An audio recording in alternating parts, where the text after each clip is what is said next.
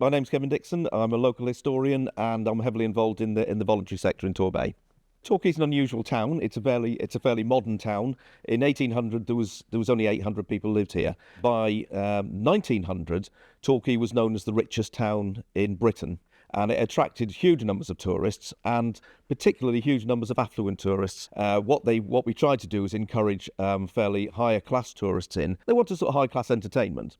So there was a number of cinemas that were actually in Torquay, during the sort of 20th century. At one time, there's around 7 cinemas. They all catered very much for an upper class clientele because they wanted that kind of clientele to come in. I don't think we realised what a big event going to the cinema was. And my parents and grandparents, when they go to the cinema, it's something they look forward to, every week. It wasn't just the kind of thing we see with cinemas where you just drop in. It was something you really look forward to. Most of the cinemas in Torquay were actually focused in the town centre. They were within a few hundred yards of each other, so you had this real competition. The image they were trying to come out with was being, very elite, very luxurious.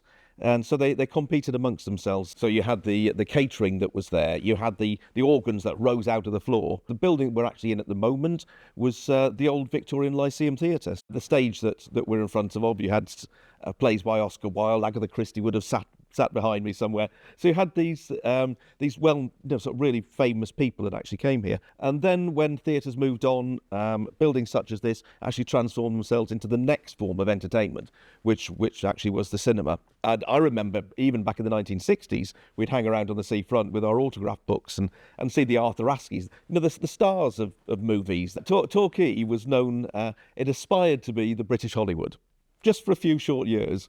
And this was before the First World War, and we had 2 production companies locally. People came down from London, and the big advantage we had down here, first of all, it looked a bit exotic because we still had the palm trees, we had that kind of vista out there. We were making some sort of decent movies, black and white movies, before the First World War. During the First World War, we made a propaganda movie called Nelson in 1918, and that was a big budget movie. A lot of the extras were sort of local people. People in Torquay will do anything to get in the movies or on television. You could watch things like The Saint or The Persuaders on the television, and suddenly in the background it would say the south of France or South America, and it's obviously Torquay Harbourside. Torquay's not like that anymore. So things have really turned around from that kind of affluence and what the town was trying to project itself as. Things gradually changed, television sets got bigger, the movies started getting quicker.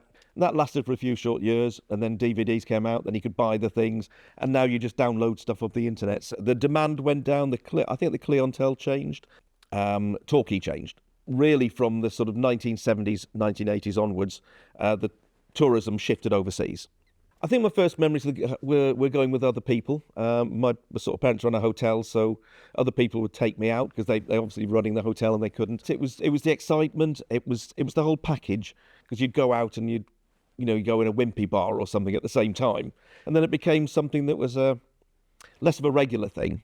You'd go if you saw a film that you particularly liked, and they didn't have to be particularly good films. And a lot of them weren't, a lot of them were complete rubbish. But you just went, and I think that was it.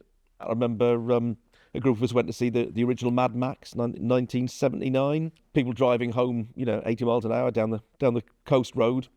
One of my real worries and concerns about the future is that nobody will leave their lounge. You'll get your food delivered.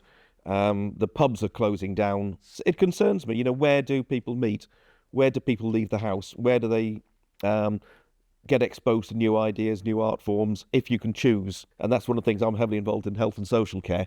So how do we get people out there just doing things? Back in the early 1980s, I ran a trade union unemployed centre in Torquay. So it was on a government programme. So we were there to sort of welcome to this diaspora, particularly of young men that could no longer find work in the steel yards and the coal mines and all that deindustrialisation of Britain.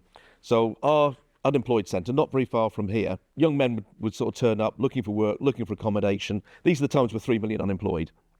And one of the things we did, we went to a local cinema, the Colony, not very far from here, and we did a deal with them. They were finding that they couldn't fill the cinemas that they used to, and they came to us with a deal and said, we will let the unemployed with their unemployment card come in, as long as they've got a ticket for the unemployed centre, 50p in the afternoon. So we all came in and we could half fill a cinema with young unemployed people. So it was a different clientele, a different change. So cinemas change responding to the demand. And I think, and again, that's happening now.